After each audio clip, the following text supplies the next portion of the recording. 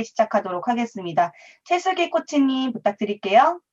네, 안녕하세요. 메이킹지구 최슬기 코치입니다.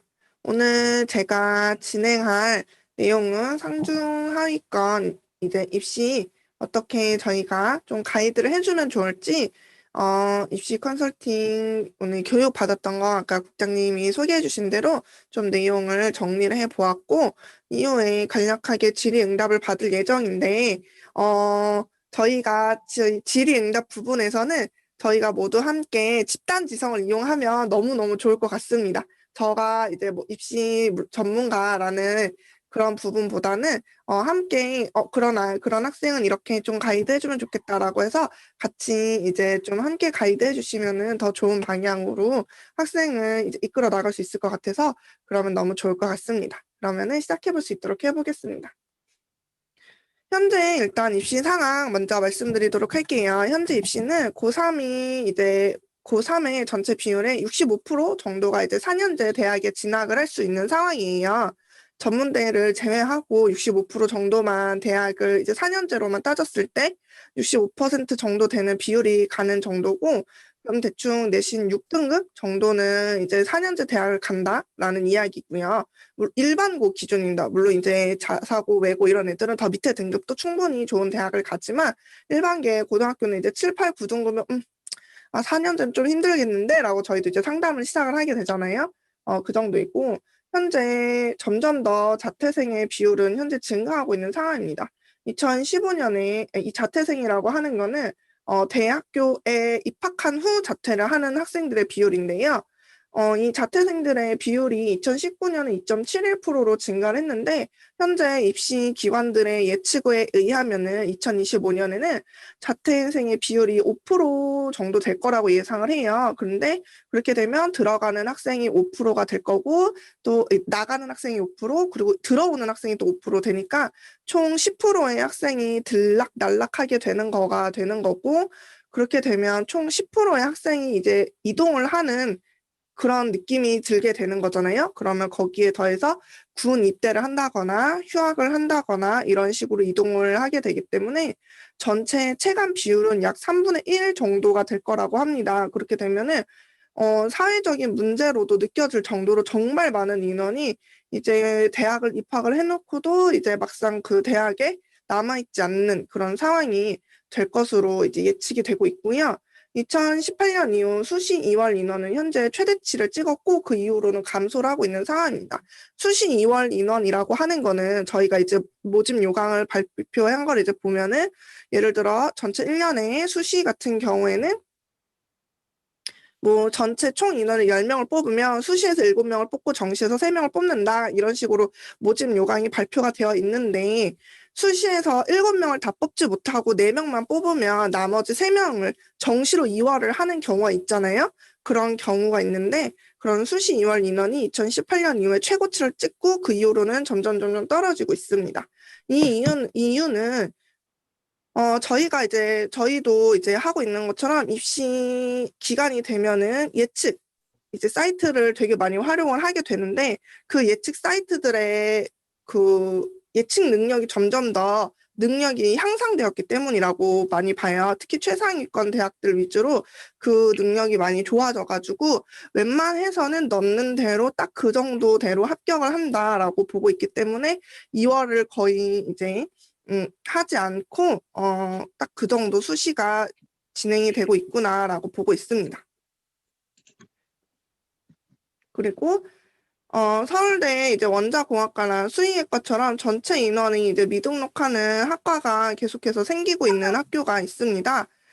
이런 학교들 같은 경우에는 모두 이제 계속 뒤쪽 부분에서도 이야기하겠지만 지방대 의대 요런 데 붙으면은 지방대 의대를 합격할 정도의 학생들이기 때문에 차라리 여기 때려치고 나 지방대 의대 간다, 지방대 의대로 가겠다 하다 보니까 원자공학과나 수의학과는 수시에서 아예 0명을 뽑는다고 해요. 그래서 수의학과는 원래는 이제 없는데 정시에 원래 뽑는 인원이 없었는데 정시에 갑자기 없었는데 생겼습니다 하고 등장을 하는 경우가 많을 정도로, 항상 그랬다고 할 정도로 이제 2월 인원이 되게 많고, 그런 인원이 서울 상위 15개 대학을 기준으로 보면은 전체 인원이 20에서 30% 정도 되는 인원이 2월이 된다고 합니다. 수능 최저가 없는 학교인 경우가 대부분 이제 수시 2월 인원 전체, 수시 전체 인원 중에 2월 인원이 한 자릿수를 보고 있고, 그 외에 학교는 대부분 두 자릿수를 보이고 있어요. 그만큼 수시 2월 인원이 많기 때문에 수시에서 적중률 있게 지원을 하는 게 너무 중요하다라고 좀 생각을 해주시면 좋을 것 같습니다.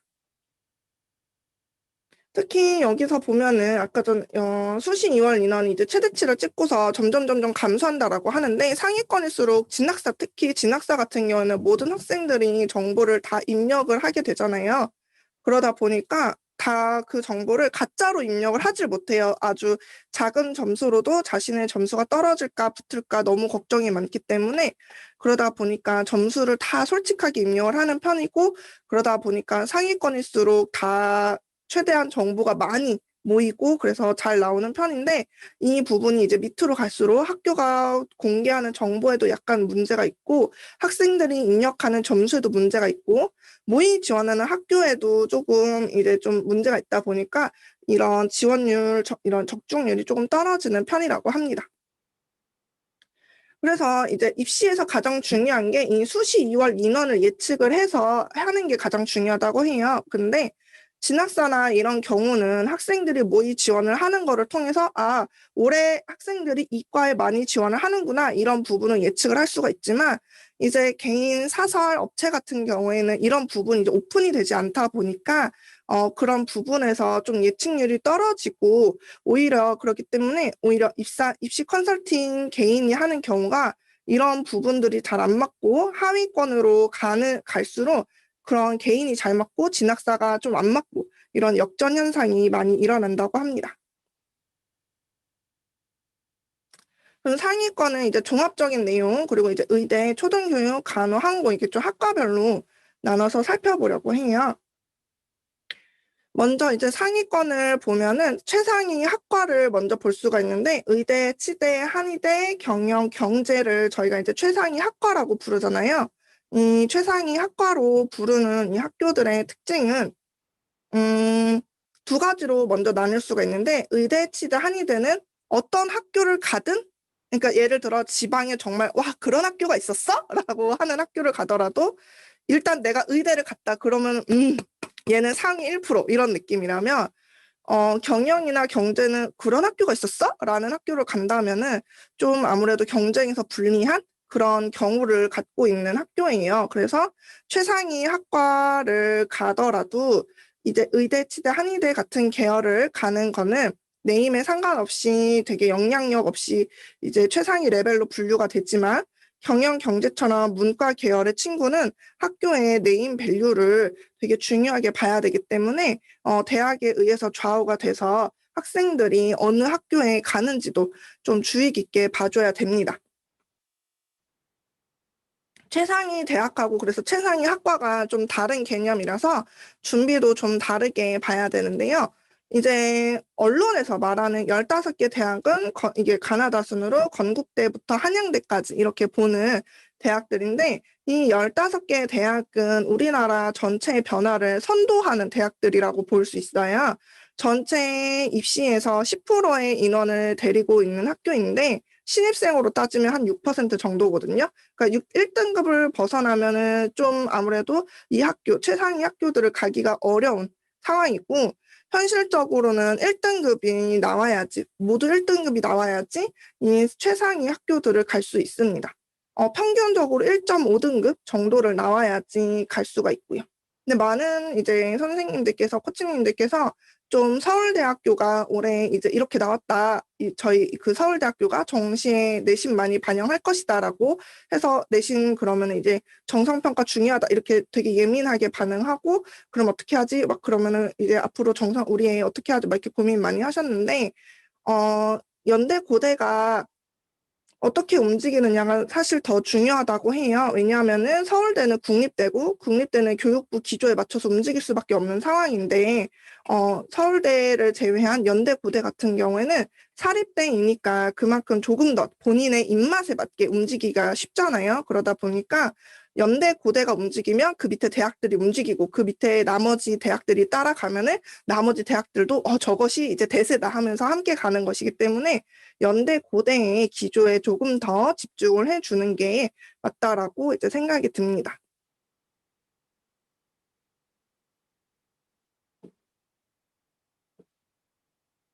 의대하고 이제 약대를 보면은 이제 1년에 내년 기준으로 학생들이 뽑는 인원을 보면은 의학계열 모집 인원을 보면은 의대가 이제 2,900명, 치의대가 630명, 한의대가 2,720명, 그리고 수의대가 490명 정도 이제 뽑고 수시로는 1,700명, 그리고 정시로는 1,100명 정도 이제 뽑아요.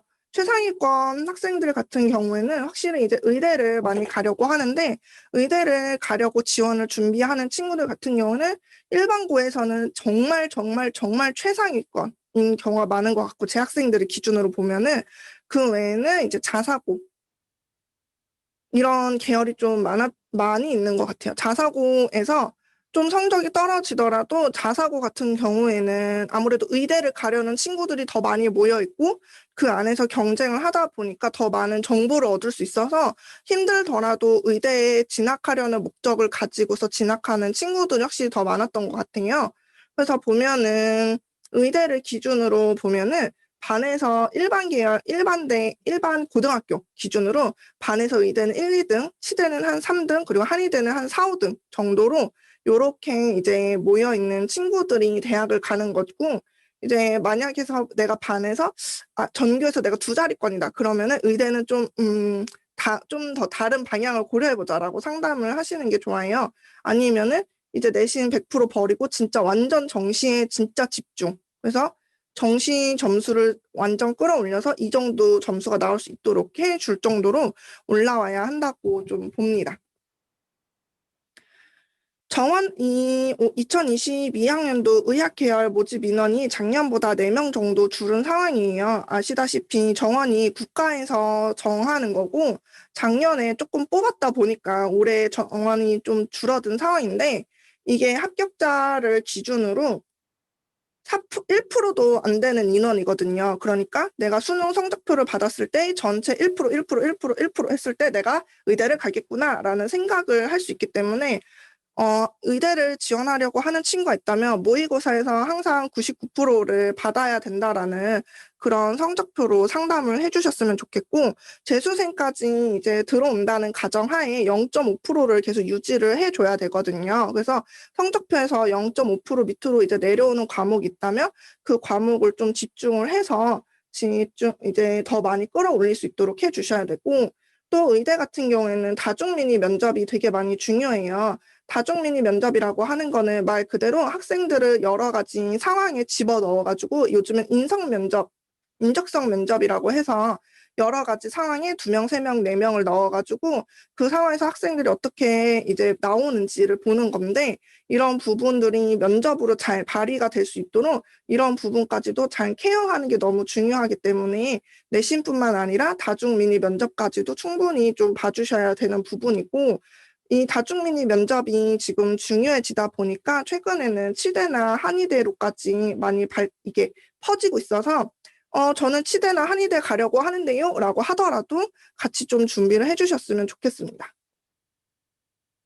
의대를 진학하려고 하는 친구들 같은 경우에는 학교에서 워낙 1%다 보니까 사실 이것저것 많이 준비를 자연스럽게 하게 되는 편이에요. 종합이나 교과 무엇이 되었든 다 커버가 되어야 하는 상황이기 때문에 종합, 교과, 정시를 빼놓지 않고 이것저것 골고루 다 준비를 해서 이것저것 다 지원할 수 있으면 너무 좋을 것 같고 작년도 기준으로 서울대는 꼴찌가 수학을 1개 틀린 친구가 꼴찌였다고 하더라고요. 수학 1개 틀린 애가 꼴찌. 그러니까 평균적으로 주요 과목에서 1~2개 틀린다 그러면 올해 좀 가망이 없을 수도 있는데 메이저는 이런 느낌으로 받아들이면 좋겠다라고 하고요. 연대는 꼴찌가 탐구 3개, 메이저에서는 하나도 안 틀리고 그리고 탐구에서만 3개 틀린 학생이 이제 꼴찌였을 정도로 그냥 메인 과목에서는 무조건 올백으로 좀 집중할 수 있도록 학생을 푸시해 주셔야 된다고 봅니다. 그리고 여기 보시는 것처럼 영재고에서는 의대 진학하면 졸업장이 나오지 않고 영재고 이제 입시가 올해 저희 그 유키즈 온 더 블럭 그거에서 영재고 나와서 의대 6개 붙었다. 그거 나온 뒤로 말 엄청 많았던 거 아시죠? 그래서 영재고인데 의대를 갔다고? 막 이래서 엄청 또 이슈가 엄청 되었는데 그걸로 인해서 저도 몇 가지 찾아봤는데 영재고에서 의대를 진학을 하는 경우에는 이제 여러 가지 제재사항이 또 새로 생기더라고요. 관련된 생기부 제공을 뭐 안 하겠다. 영재고에서 하는 생기부는 또 영재고 따로 생기부가 나오는데 그 생기부를 제공을 안 하겠다. 이런 식으로 제재사항이 되게 많더라고요. 그래서 만약에 좀 이제 남다른 떡잎을 보여서 향후 지금 뭐 예를 들어 초등 중등인데 향후 의대를 진학을 시키려고 하는 학생이 있다면 영재고보다는 그냥 일반 루트를 타서 의대를 보내는 쪽으로 상담을 하셨으면 좋겠습니다. 그리고 이제 약대가 원래는 2년 탁과 다니고 그리고 4년 약대로 편입을 해가지고 진행을 하는 거였는데 이제 32개 대학이 6년제로 이제 전환이 되고 나머지 현재 5개 대학이 현재 현행 스타일을 유지하고 있었는데 25학년도까지 이제 그 6년제 그냥 약대 그냥 일반 대학으로 전환이 될 예정이에요. 그래서 입시에서 바로 약대를 가는 것이 가능해졌기 때문에 의대를 가거나 아니면 약대를 가거나 하는 게 입시 자체에서 가능해졌기 때문에 어떻게 보면은 의대에 대한 서브로 같이 좀 진행을 하는 걸로 생각을 해보면 좋을 것 같습니다.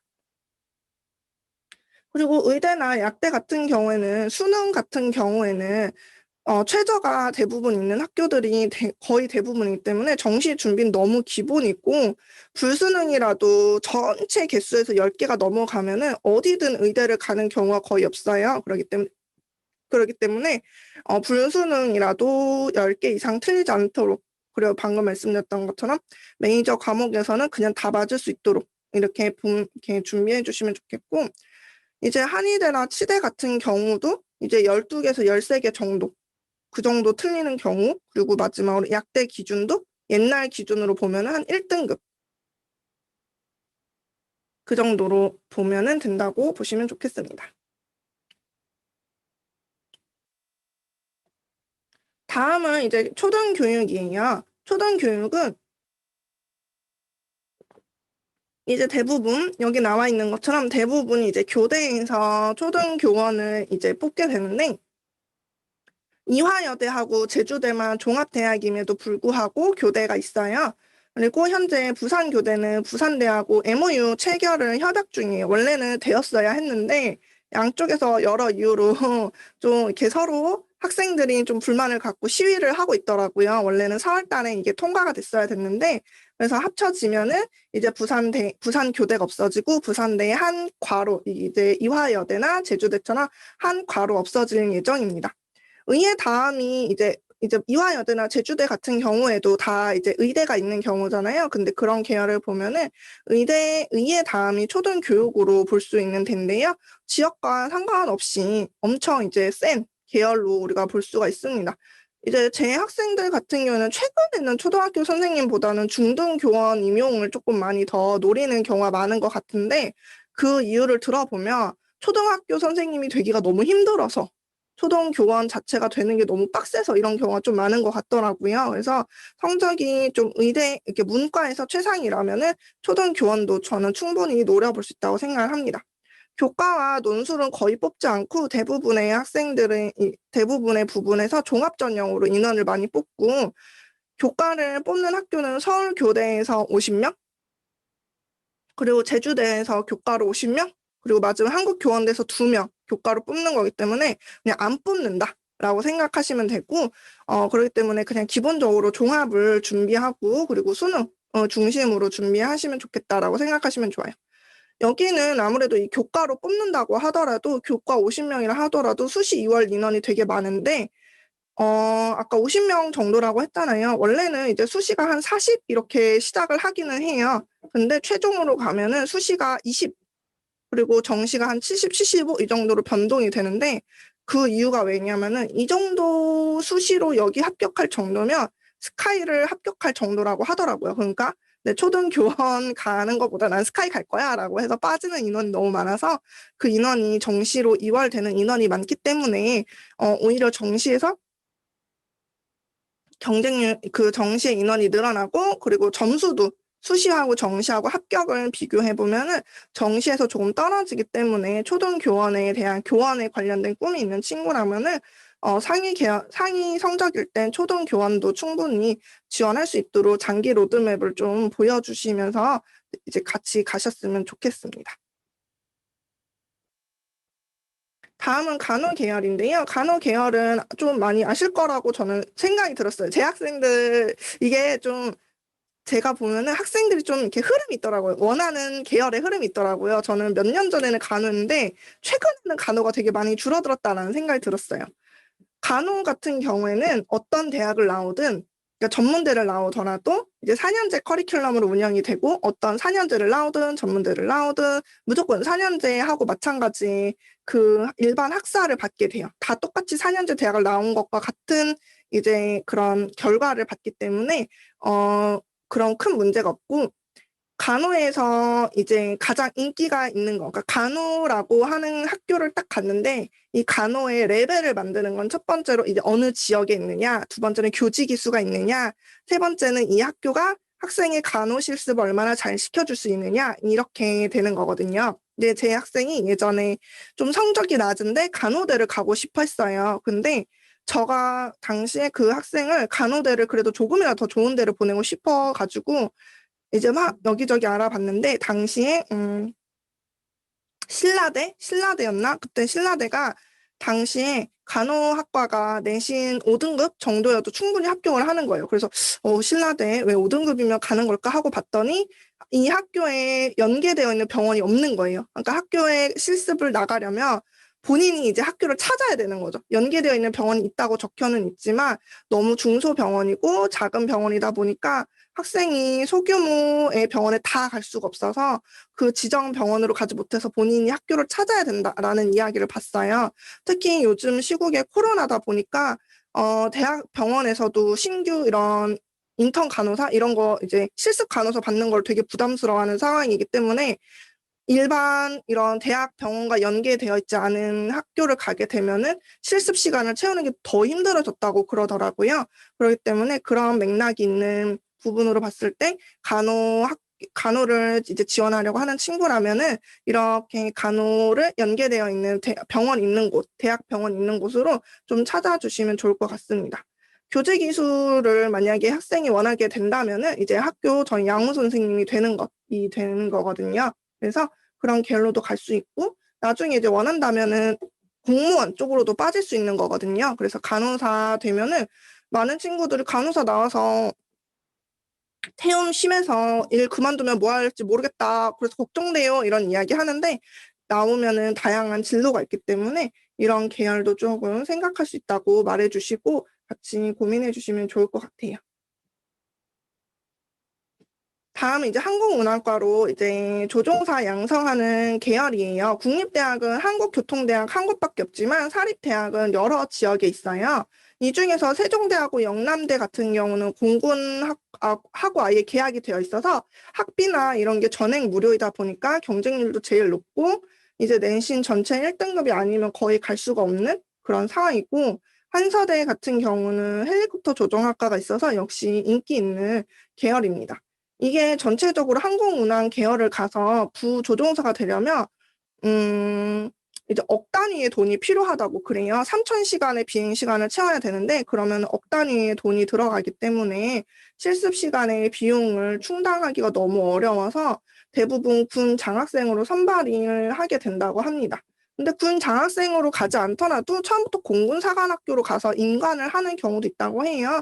이런 경우에는 15년 정도의 의무 복무 기간이 있는데요. 그런 경우는 이제 중령 진급할 때 내가 군대 말뚝을 박을 것이냐, 그러니까 군대 좀 뜻이 있는 친구 같은 경우에는 이때 이제 말뚝을 받게 되는 거고, 그게 아니면은 나와서 일반 항공, 이제 뭐 제주항공, 뭐 대한항공 이런 데 입사해가지고 파일럿이 되는 경우도 있고요.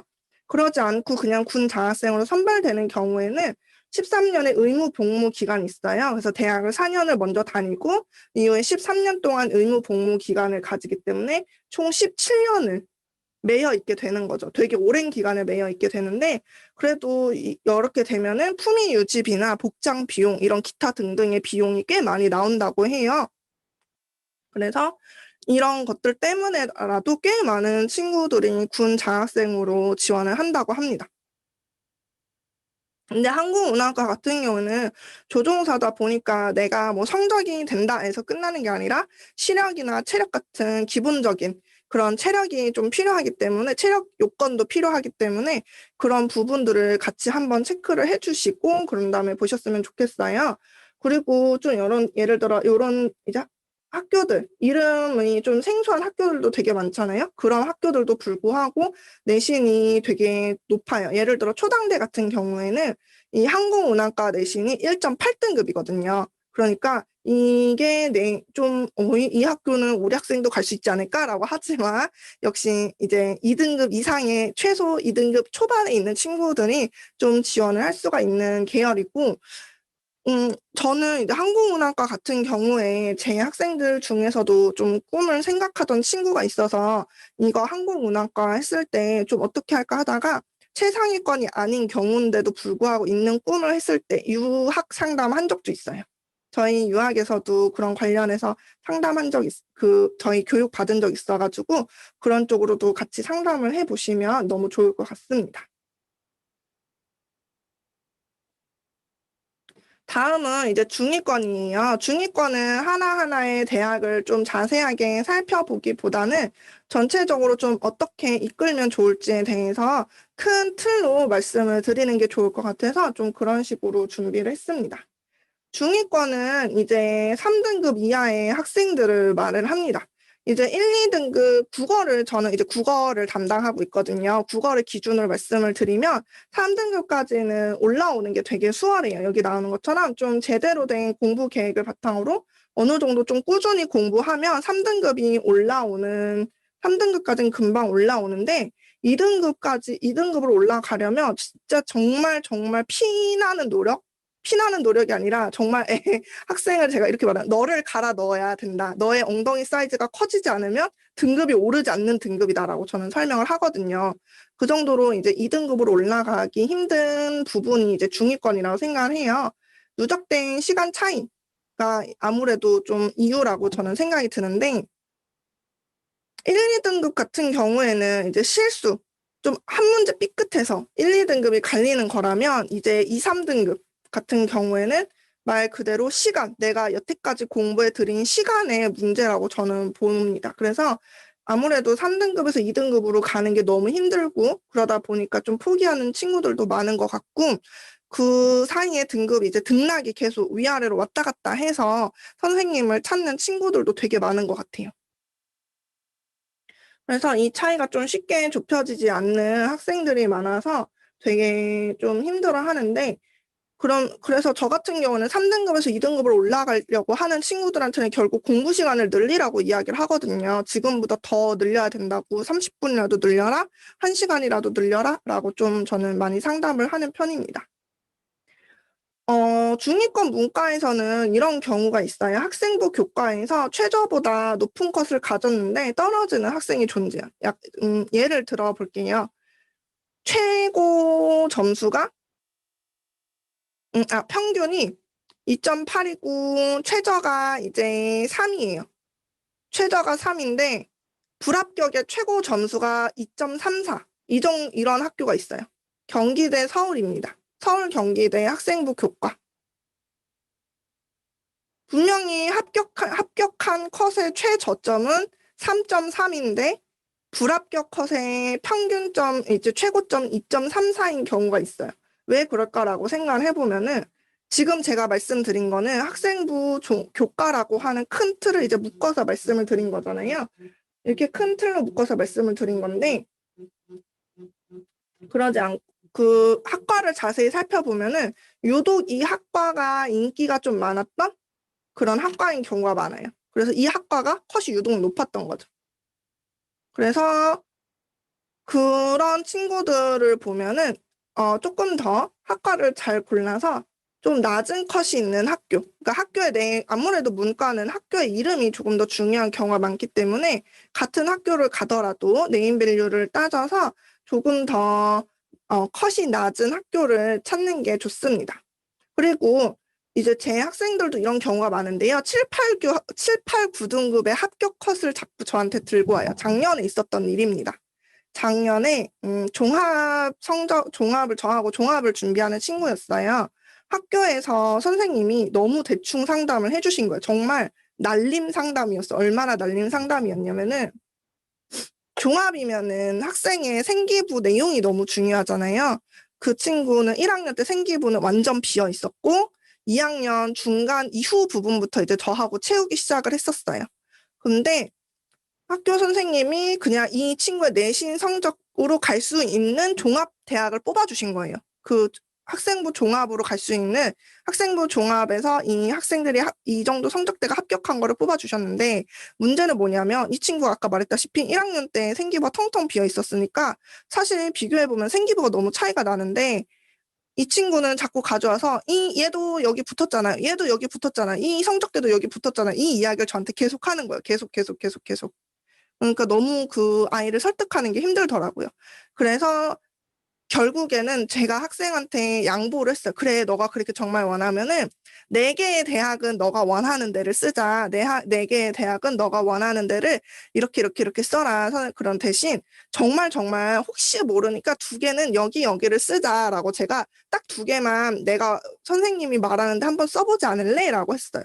근데 결국에 그 친구가 넣은 데는 다 떨어졌어요. 결론적으로 말하면. 그래서 여기서 나오는 것처럼 7, 8, 9 합격 컷에 현혹되지 말았으면 좋겠습니다. 이 7, 8, 9 합격 컷은 학교에서도 그 대학에서도 계속 발표해요. 뭐냐면은 자사고 외고다. 자사고 외고니까 여기 현혹되지 않았으면 좋겠다라고 이야기합니다. 서울과기대 같은 경우에도 5등급이 붙는 경우가 있거든요. 그 경우도 역시 마찬가지입니다. 그리고 중위권 이과 같은 경우에는 최고와 최저의 평균이 되게 큰 편이에요. 왜냐하면 이 최저를 만들어주는 게 자사고나 과고의 친구들인 거거든요. 그러니까 또 아까 전에 그 친구처럼 제 성적이 여기 갈 것 같은데요? 라고 하는 친구들이 또 현혹돼서 옵니다. 또 현혹돼서 오기 때문에 중위권 이과 친구들 같은 경우에도 교과 성적을 조금 기준으로 교과와 종합 성적을 좀 같이 비교를 해서 성적을 상담을 해주시면 좋겠고 자사고나 과고의 데이터를 좀 덜어내고서 일반적인 중간 평균 점수를 좀 보고서 같이 상담을 해주시면 좋겠어요. 예를 들어서 서울여대 같은 경우 서울여대 딱 들으면은 서울여대 이과 문과 하면은 대충 그래 한 이 정도 성적이면 가겠지라고 머릿속에 떠오르는 등급 있으시잖아요. 서울여대 이 작년 같은 경우에 학생부 교과 최저점이 6.76점이었어요. 그런데 이제 친구들은 이제 6.76점도 붙었으니까 선생님 저 정도 저에게도 이런 운이 작용하지 않을까요? 하고 옵니다. 그러면은 저희는 이제 한숨 아니야 우리는 아니야라고 확실하게 말씀을 하실 수 있어야 돼요. 그렇기 때문에 이런 요행을 바라지 않도록 친구들한테 확실하게 말을 해주셔야 돼요. 음, 음, 음. 그래서 중위권의 대학을 준비를 할 때 저희가 이제 저희들이 해줄 수 있는 게 무엇인지 한번 정리를 좀 해봤어요. 먼저 정보. 아까 전에 말씀드린 것처럼 똑같은 성적을 가지고도 입시 전형에 따라 합격, 불합격이 갈라지는 게 입시잖아요. 예전에 제 학생 중에 이런 적이 있었어요. 어느 학생이 이제 와서 저한테 말해요. 선생님, 저희 반에 싸움이 났어요. 이러는 거예요. 고3이었는데. 그래서 왜? 이랬어요. 또 저희가 또 이런 거 좋아하거든요. 그래서 왜? 이랬더니 그 친구가 자기네 반에 두 명의 친구가 있는데 같은 학교, 같은 과를 한 명은 교과로 넣고 한 명은 종합 전형으로 넣었대요. 같은 학교, 같은 과를 한 명은 교과, 한 명은 종합. 근데 교과의 성적의 친구가 조금 성적이 심지어 낮았대요. 그런데 합격은 교과가 하고 종합이 떨어진 거예요. 그러니까 이제 교과와 종합의 발표인 날 교과 성적이 조금 낮은 교과는 떨어지고 성적이 조금 더 높았던 종합 친구는 붙으니까 종합 친구는 이제 울고불고 너가 뭔데 붙냐라는 식으로 이제 한 거예요. 그 친구도 당연히 뭔가 좀 억울하고 막 그랬겠죠. 근데 그때 막 이제 교과 친구는 이제 그 애가 떨어졌지만 너무 기쁜 나머지 와 내가 막 붙었다 약간 이렇게 했고 그게 그 떨어진 친구의 마음을 건드려서 이제 막 너는 어떻게 막 그렇게 뭐 내가 떨어졌는데 너가 붙었다고 좋아할 수 있냐 해서 서로 막 머리끄댕이를 잡고 싸우고 막 이랬었다는 거예요. 그런 그만큼 입시에서는 사실 저희가 정보 싸움이라고 하잖아요. 그 정도로 같은 성적을 가지고도 입시 전형의 준비에 학분이 되게 많이 갈라질 수 있기 때문에 선생님들은 최대한 많은 정보를 정말 많은 정보 다다익선입니다. 끌어안고 있으시면 좋겠습니다. 뭐 저희가 올해는 특히 또 문이과가 통합이 되는 첫 해이고 자소서에 변화가 오는 부분이고 그에 따라서 면접 전형에도 변화가 오는 부분이기 때문에 이런 부분에 최대한 예민하게 접근을 하셨으면 좋겠다라고 생각이 들었고, 그래서 매년 변화하는 입시 정보가 어떤 게 있는지, 그리고 아는 것과 적용하는 것의 차이를 이제 파악을 하는 게 너무 중요하다. 그래서 학생들마다 필요한 계획을 하는 게 너무 중요하다라고 이렇게 생각이 일단 들었어요. 이런 거죠. 면접을 준비할 때 말을 잘하는 친구의 면접을 준비하는 거는 되게 기본적인 큰 틀, 예를 들어 이제 질문지만 만들어 주면은 이 친구는 그냥 자신이 혼자서 질문을 하고 답도 하고 이래요. 예전에 제 학생도 저는 이제 그 친구가 말을 진짜 잘하기 때문에 어떻게 계획을 짰냐면 이 친구가 특성화고였거든요. 근데 얘는 4년제 대학을 가는 게 목표였어요. 특성화 그리고 자신의 과가 아닌 다른 과로 가는 게 목표였는데 보니까 말을 너무 잘하는 거예요. 그래서 제가 이제 계획을 짰죠. 너는 무조건 면접이다. 그래서 수시에서 면접이 있는 대로만 골라서 넣었어요. 전체 모든 6개의 수시를 다 면접이 있는 대로만 해서 했는데 본인이 알아서 신이 나가지고 면접 질문 쓰고 면접 답 쓰고 질문 쓰고 답 쓰고 혼자 막 쿵딱쿵딱 하고 있는 거예요. 그리고서 연습까지 해오는 거죠. 그런데 그 시기에 똑같이 면접을 준비하는 다른 친구는 좀 약간 수줍어하는 친구였어요. 생각이 깊고 말을 좀 천천히 하는 친구였거든요. 근데 면접에서는 그러면은 조금 불리하다 보니까 대본을 처음부터 끝까지 다 짰어요. 이제 대본을 다 짜가지고 통으로 머릿속에 집어넣게 했었거든요. 그런 식으로 이제 학생들의 성향에 맞춰서 같이 준비를 해주는 것이 필요하다고 봅니다. 정보 확인 사이트는 이제 이런 것들이 있는데 기본적으로 수만이, 기출비, 학교 알림이, 대학 알림이, 그리고 전문대학 협의회 사이트 이런 것들이 있는데요.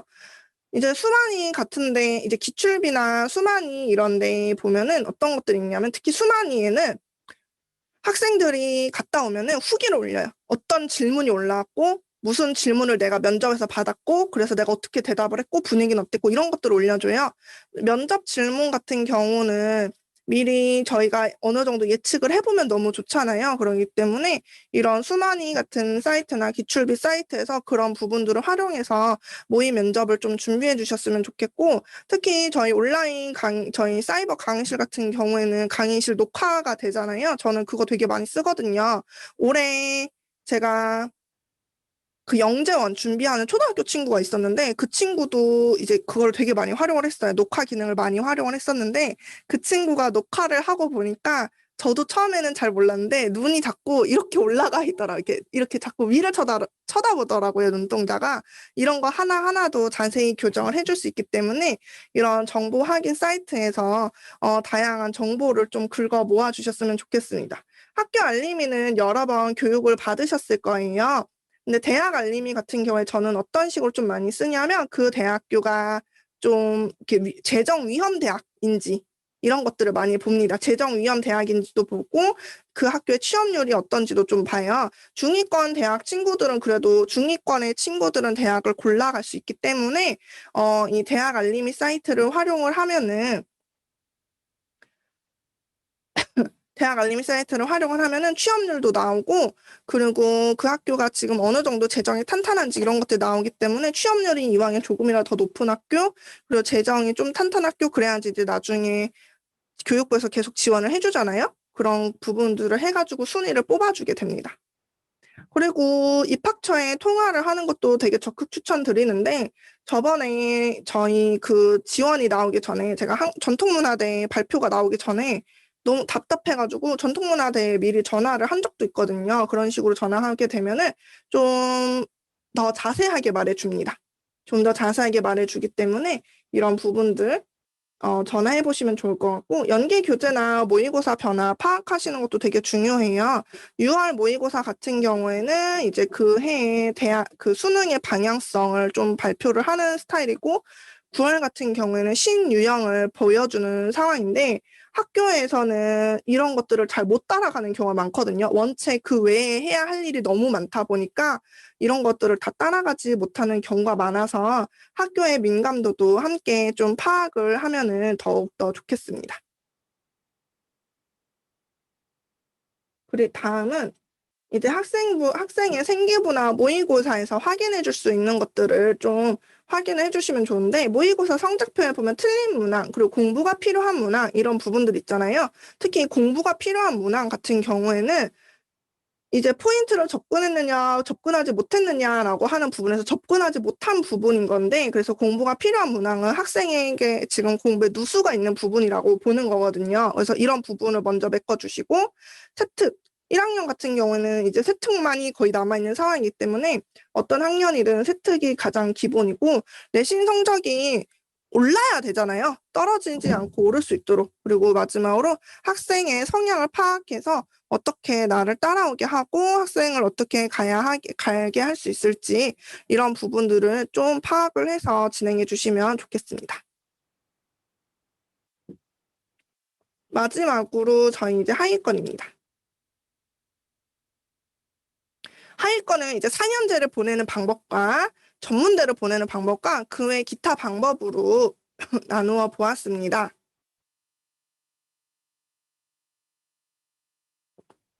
하위권은 이제 6등급 이하의 학생들을 의미하는데요.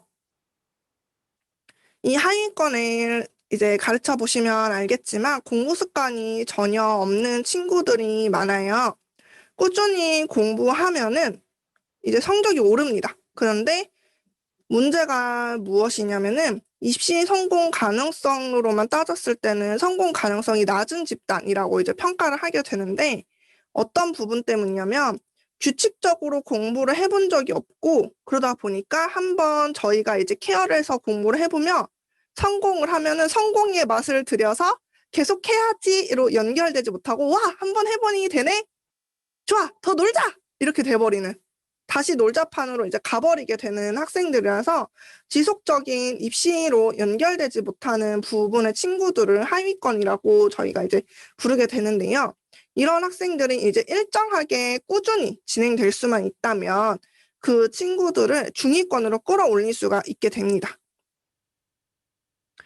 대부분 이제 하위권에서 가장 최악의 경우로 꼽는 게 머리도 나쁜데 상황도 안 좋은 경우로 뽑는데요. 이런 경우는 사실 많지 않고, 머리가 나쁜데 꾸준히 노력해서 중위권으로 갔다가 사실 더 많은 케이스라고 이야기를 하시더라고요. 그렇기 때문에 꾸준히라고 하는 부분에 포인트를 맞추면 좋겠습니다. 그래서 1년의 학사를 미리미리 준비하는 게 중요해요. 아마 다들 머릿속에 한번 떠올리시면은 1월 달에는 뭘 준비하고, 2월 달에는 뭘 준비하고, 3월 달에는 뭐 준비하고, 이런 것들이 떠오르실 거예요. 그런 것처럼 좀 떠오르시는 것들에 맞춰서 이런 하위권의 친구들은 1년을 플랜을 미리 세워서 미리 움직여야지 4년제의 턱걸이라도 이제 갈 수 있도록 움직일 수 있습니다. 왜냐하면 아까 전에 말씀드렸듯이 규칙적으로 꾸준히 하지 못하는 친구들이었기 때문에 선생님이 꾸준히 끌어주는 게 너무 중요한 거죠. 이런 친구들이 이제 4년제를 가려면 이제 미달, 저희가 흔히 말하는 대학의 미달이라는 학과예요. 대학 미달이라는 학과인데 쓰면 일단 다 합격하는 학과입니다. 일단 첫 번째 그냥 학과를, 특수교육과를 한번 봐볼게요. 우석대 2020 정시 결과인데요. 모집 정원 6명인데 경쟁률이 2예요. 2대 1이었다는 거죠. 그러면은 다들 대충 몇 명 지원했겠고, 이라 떠오르죠. 12명 지원한 것 같아요. 근데 최종 후보 순위가 6입니다. 최종 후보 순위라고 하는 거는 이제 합격을 했고, 최종 합격자가 이제 후보 순위 6번까지 연락이 가서 합격을 했다라고 하는 거니까, 특수교육과 6명 지원해서 6명 다 합격했다. 6명 넣어서 12명 다 합격했다. 6명 뽑는데 12명 지원해서 12명이 다 합격했다. 이런 말입니다. 이런 경우면은 우석대라고 하는 학교를 넣었을 때 합격을 할 수가 있는 거죠. 이런 학교 같은 경우에 이런 학과는 조금 변할 수 있는데 공통점은 대학은 바뀌지 않는다고 합니다. 왜냐하면 그리고 특히 기피하는 학과는 거의 비슷하기 때문에 크게 변하지 않아서 작년도 정시 결과 이런 것들을 보고서 지원을 하면 좋다고 하는데요. 이런 학교가 이제 안 좋은 이유는 취업률이나 아니면 학교의 상황 이런 것 때문에 보는 건데 이때 이제 어떤 질문이 있었냐면은 그러면은 차라리 전문대를 가는 게 낫지 않냐라는 질문이 있었어요. 이런 학교 갈 바엔 전문대 가는 게 더 낫지 않나? 라는 질문이 있는데 근데 이제 우리나라의 상황을 저희 회사를 예를 들어서 말씀을 해주시더라고요. 그러니까 저희가 이제 뒤에 나오겠지만 전문대를 저희가 초대졸이라고 부르잖아요. 초대졸과 그냥 대졸, 이렇게 우석대를 나온 4년제를 나온 우석대를 나온 이제 사람과 전문대를 나온 사람이 있을 때 일반 회사에 지원을 하려고 하면은 입사 지원에 걸러지는 경우를 보았을 때 4년제는 어떤 대학을 나오든 일단은 통과인데 전문대를 나오면은 입사 지원 자격에서부터 이미 미달이 되는 경우가 너무 많고 제약 조건이 많기 때문에 우리나라의 현재 상황에서는 어찌 되었든 4년제를 가는 게 지금 상황에서는 유리한 상황이기 때문에 이런 학교라도 가는 게 더 유리하다라는 말씀을 하시더라고요. 저도 그래서 사실 좀 생각을 해봤는데 진짜로 생각을 해보니까 이런 친구들이 나와서 공기업을 갈 게 아니면 공기업이나 정말 최상위에 있는 기업이 아니면은 항상 그 입사 지원에 보면은 대졸자를 항상 뽑더라고요. 그 이후로 찾아보니까. 그래서 이렇더라도 일단 4년제를 가는 게 오히려 더 맞는 길이겠구나라는 생각이 저도 그때는 좀 들게 되었습니다. 다음 이제 전문대인데 전문대는 2년제, 3년제 이런 그 대학들을 의미하고 기능대학 저희가 말하는 기능대학 같은 경우는 폴리텍 대학 같은 경우를 의미하는데요. 그런 대학을 포함한 대학이에요. 초대졸이라고 저희가 흔히 부르는데 기능대학 같은 경우에는 이제 뭐 3년을 다니고 실무 2년 이렇게 해서 이제 5년이 되지만 실제 수업을 하는 연수는 3년 정도이기 때문에 이제 전문대로 같이 분류를 합니다. 위치나 학과 연제에 따라 차이가 되게 큰데 서울에 있는 전문대나 취업이 높은 경우에는 웬만한 지방 4년제보다 사실 좀 세고 최소 4등급을 돼야지 서울 안에 있는 전문대를 갈 수는 있어요. 그러니까 아까 전에 말했다시피 그냥 일반적인 학과 예를 들어서 뭐 전자공학과를 갈 거다 이런 게 아니라 나는 진짜 물리치료 갈 거다. 근데 나는 한 내신 3, 4 정도 한다. 이러면은 전문대를 가는 게 더 나을 수도 있는 거죠. 그리고 이제 이런 전문대 외에도 전문대를 볼 때는 전문대학 포털이라고 하는 부분을 활용을 해주시면 좋은데 이 전문대학 포털이라고 하는 이거는 대학 알림이 같은 그런 사이트인데 전문 대학만 따로 모여 있는 경우에요. 아예 일반 대학에 있는 정보들은 싹 다 덜어내고 전문 대학만 모여져 있는 정보들이기 때문에 더 데이터가 정확합니다. 그래서 전문대에 관련된 사이트를 보실 때는 전문대학 포털을 활용해 주세요. 그 외에 이제 전산대학이나 사이버대학, 저희가 무슨 그런 대학들 있죠? 뭐, 사이버대학을 다니고 그런 부분들이 이제 여기에 해당을 하는데, 여기 나오면은 학사학위 부여만 하게 돼요. 이후에 일반 대학으로 이제 편입을 하려고 이런 데를 가는 거지, 여기를 나왔다고 해서 저희가 4년제 대학을 나온 것처럼 동일하게 취급을 하지는 않습니다. 이런 곳은 면접만 보면 대부분 합격을 하게 되고, 편입을 준비를 하게 되는데요. 근데 많은 친구들이 이렇게 제 학생들도 그런데, 나중에 대학 가서 편입하죠, 뭐, 이렇게 이야기를 하더라고요. 근데 편입 성공률은 전체 학생의 2에서 3% 정도 된다고 하더라고요.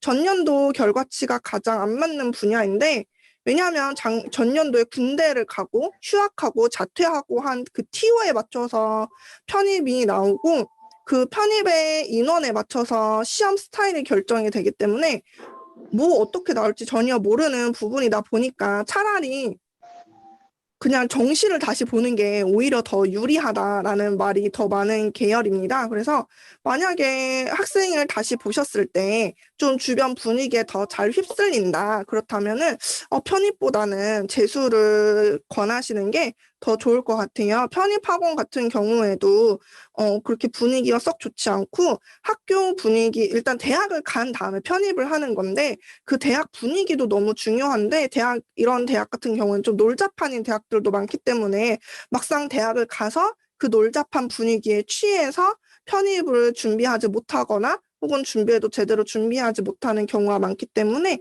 좀 편입의 위험성이 좀 큽니다. 그리고 마지막으로 여러 가지 이유로 자퇴를 하고 검정고시를 하는데 수시 지원 같은 경우에는 대학에서 수시 가능하다라고 오픈을 해줘야만 가능하기 때문에 무조건 정시 집중을 하는 게 맞다고 정리하였습니다. 마지막 한 페이지 남았는데요. 그래서 제가 저희들이 어떻게 이제 그러면은 입시를 할까 최종 정리를 했는데 저희들이 결국에 입시를 하는 거는 진로랑 진학을 어떻게 연결을 해서 학생의 그런 성공을 이뤄낼 수 있을 건지에 대해서 정확하게 전달하는 것이 중요하다. 이런 거더라고요. 현재 입시는 두 가지 문제가 있는데 정시의 비중 확대와 고교 학점제예요. 정시가 비중이 확대가 되면은 내신 버리고 정시 집중해가 되는데 고교 학점제니까 그럼 내신 버릴 수 없어 이렇게 되는 거잖아요. 그러다 보니까 이 두 가지의 엄청난 딜레마로 인해서 서울대가 정시의 지역 균형 선발에 그 정성평가를 하는 그 아주 골치 아픈 상황이 일어나게 되는 거라고 하더라고요. 그러니까 정시는 확대되는데 생기부도 확대가 되는 모든 게 다 확대되는 이런 아이러니한 상황이 왔습니다. 그래서 학생들의 특징을 좀 이해를 하고 정시 종합 교과 그리고 이제 논술은 점점 없어지고 있긴 하지만 이런 것 중에 어디에 넣을지 파악하는 게 너무 중요하다고 생각이 들어요. 그러면은 저희가 저희를 어필하는 것도 너무 중요하잖아요. 저희는 두 가지가 되게 중요한 것 같아요. 성적 상승을 해줄 수 있다. 두 번째, 학생부 관리가 가능하다라고 하는 이 두 가지 포인트를 잘 어필을 하시는 게 너무 중요하다 생각이 드는데, 제가 이거를 듣고 되게 깜짝 놀랐어요. 서울대 학생들의 1회독을 기준으로 말씀하셨는데, 교과서 참고서를 이해를 하고, 문제집과 프린터 기출문제를 풀고, 틀린 내용을 다시 이해를 하는 것. 이걸 1회독이라고 하고, 이거를 최소 6회독을 한다고 하더라고요. 서울대를 입학한 친구들은. 그리고 이제 EBS를 기준으로는 12회독을 한다고 해요. 그래서 6개월 합격을 이제 서울대 들어온 친구도 6개월 정도 지나서 EBS 문제를 다시 한번 풀렸을 때 다 맞는다고 하더라고요. 이 정도 회독을 하면 이제 머릿속에 진짜 다 때려 박히는 거죠. 그래서 이제 한상범 소장님께서 어떻게 입시에 대한 이런 포인트, 세일 포인트를 좀 말씀하실 때 우리는 이런 거를 알고 있다. 알고 있으면 뭐가 가능하냐면은 애들한테 시킬 수 있다. 알고 있는 사람이 시킬 수 있는 거잖아요. 그러니까 이런 부분들이 우리가 시킬 수 있는 건 우리이기 때문에 우리를 믿고 따라오셔라. 이런 부분이라고 하시더라고요. 그래서 이러한 입시 상중 하위권 학생들의 포인트를 잡으시고 이런 부분들을 좀 마지막으로 활용을 해서 학생들 입시에 올해도 2022학년도 입시도 성공적인 1년 되셨으면 좋겠습니다. 그럼 이상입니다. 감사합니다. 네, 감사합니다. 최슬기 코치님. 혹시 질문 있으신지도 한번 받아보면 좋을 것 같은데, 혹시 질문 있는 분은 마이크 켜고 얘기하셔도 좋고, 아니면 채팅창에 남기셔도 되는데요. 혹시 있으실까요? 저 있습니다. 네. 네.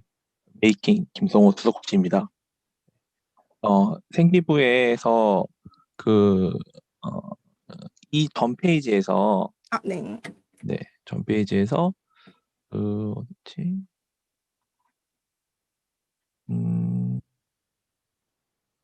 여기가 아닌가요?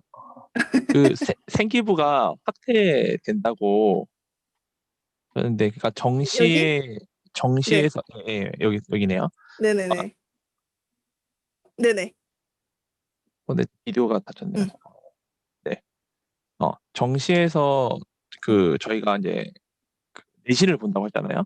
네네. 네, 그러면서 이제 그리고 생기부에 들어가는 내용이 축소가 되는 걸로 알고 있는데, 네. 어떤 면에서 생기부가 중에서 오히려 확대되는 건지 질문 드렸어요. 네. 이 서울대에서 평가하는 내용은 정성평가라고 해가지고 어떠한 내용으로 활동을 했는지에 대한 내용이에요. 그러니까 세특에 적혀 있는 내용이 얼마나 우리 학생이 자신의 진로에 맞춰서 열심히 활동을 했는지, 그 진로에 맞춰서 혹은 그런 계열에 맞춰서 어떠한 고민을 갖고서 활동을 했는지 이런 활동 내용이 중요해진 거잖아요. 그러니까 생기부의 중요성이 정확하게 말하면 그 내용의 중요성이 되는 거죠. 세특의 글자 수는 줄어들었거든요. 글자 수는 네. 줄어들었으니까 그 안에 어떤 단어, 어떤 내용을 집어넣느냐가 이제 오히려 더 중요해지게 된 거죠. 네. 알겠습니다. 네. 그리고 한 가지 더 있습니다. 그 네. 검정고시의 경우는 압도적으로 정시가 유리하다고 하셨어요. 네네. 그래서 그 수시를 오픈해 주는 학교만 지원할 수 있는 걸로 알고 있는데 네네. 어떤 면에서 정시가 더 유리할까요? 그 정시가 유리하다고 말씀을 드린 거는 방금 전에 말씀하신 것처럼 어떤 학교가 어떠한 부분으로 그걸 열어줄지 이제 알 수가 없는 거잖아요. 저희가 지금 네네. 이제부터 만약에 제 학생이 이제 검정고시를 했고 그 학생이 이제 들어와서 봉에 되면은 선생님, 저 이제 정시에 수시 지원하려고요. 이렇게 되면 이제 그때부터 서치를 시작을 해야 되거든요. 그리고 음, 1년에 검정고시가 2번 있는데 평균 4월, 9월 혹은 이제 4월, 8월 뭐 이렇게 있거든요. 근데 8월에 이제 끝나고 나서 그 점수로 수시를 지원하기엔 너무 이제 촉박한 기간이기 때문에 아무래도 준비 기간 자체가 너무 짧게 되는 거죠. 예를 들어서 뭐 정말 한정적으로 예를 들어 뭐 고등학교 1학년 친구가 바로 자퇴를 해서 그해 정말 만족할 만한 점수를 뭐 9월에 받아서 그때부터 수능 준비를 막 올인을 하고 뭐 내신 수능 점수를 올인하고 이런 게 아니니까 정시가 아무래도 점수적으로 더 유리할 수밖에 없죠. 알겠습니다. 네. 네, 혹시 또 질문 있으신가요?